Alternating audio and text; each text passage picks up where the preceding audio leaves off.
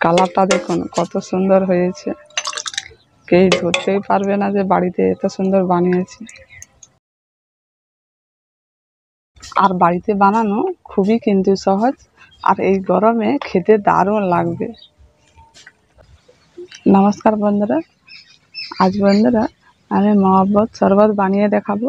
আর এই শরবতটা প্রচুর জনপ্রিয় শরবত, অনেকে এই শরবতটা খেতে চায় কিন্তু বাড়িতে বানাতে পারে না।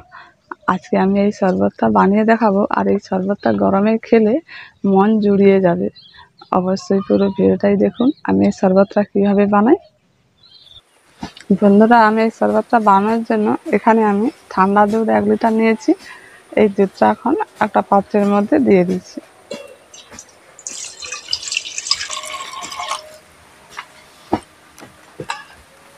এই শরবত বানানোর জন্য অবশ্যই কিন্তু ঠান্ডা দুধ নিতে হবে।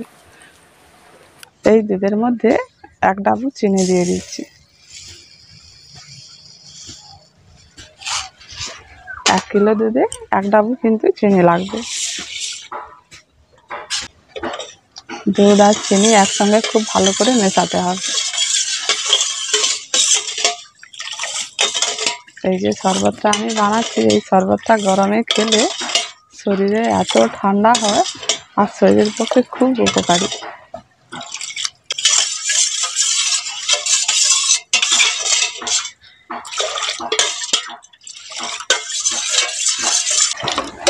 এখন চিনিটা পুরোপুরি গলে গেছে। এই শরবতের মধ্যে তরমুজ দেয়, তাই আমি একটা বড় সাইজের পাকা তরমুজ নিয়েছি। এই তরমুজটাকে এখন কেটে নেব।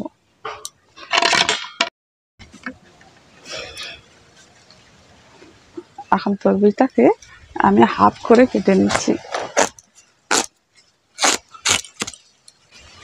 দেখুন তরমুজটা কেমন সুন্দর লাল। এইরকম পাকা দেখে তরমুজ কিনবেন, ভেতরটা কিন্তু এরকম লাল হবে। আর এরকম লাল তরমুজে শরবতটা কিন্তু খুব ভালো হয়।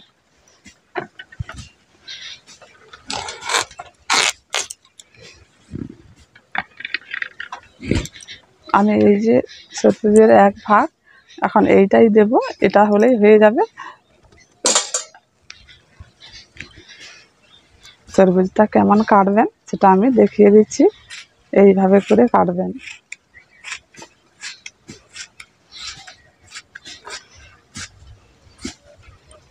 তারপর এইভাবে করে একটু লম্বা লম্বা করে কেটে নিতে হবে।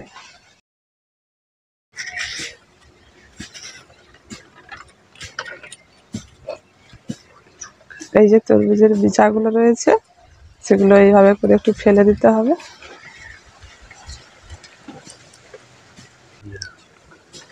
এইভাবে করে কেটে নিয়েছি।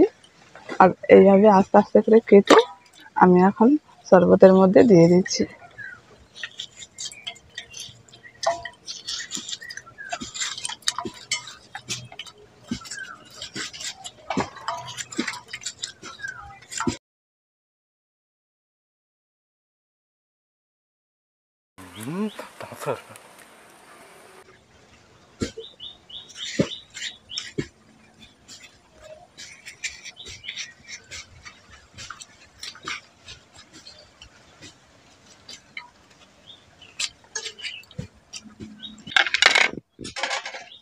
এবার এটাকে দিয়ে ভালো করে একসঙ্গে মিশিয়ে নিচ্ছি।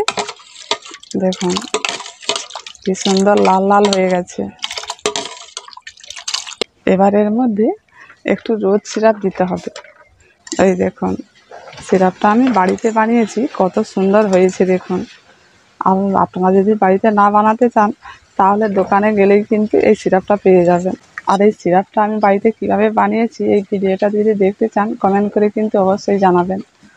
এই সিরাপটা এখন 2-3 চামচের মতো এই শরবতের মধ্যে দিয়ে দিচ্ছি।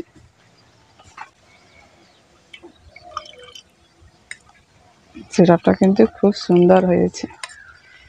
এটা দিলেই কিন্তু শরবতটা খুব সুন্দর লাল হয়ে যায়।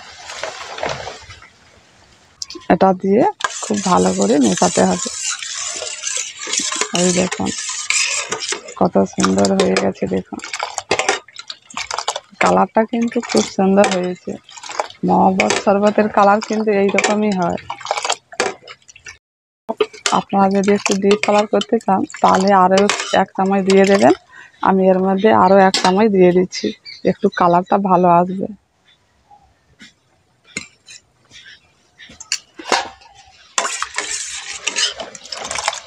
এই দেখুন এখন কালারটা কিন্তু খুব সুন্দর হয়েছে।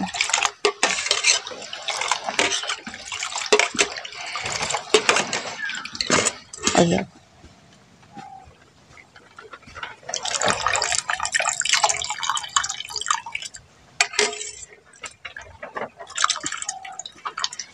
এই শরবতের মধ্যে আমি বরফ দেব, আর বরফ দিলে শরবতটা কিন্তু আরও ঠান্ডা হবে।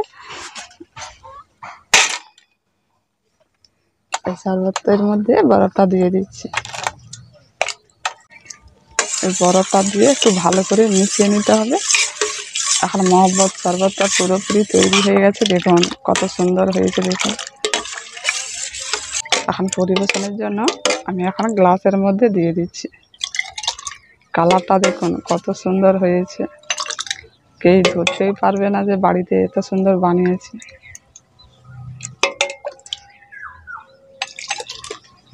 এই গরমে অবশ্যই কিন্তু এই শরবতটা বানিয়ে খাবেন, শরীরের পক্ষে খুব উপকারী, আর পেট কিন্তু প্রচুর ঠান্ডা করে।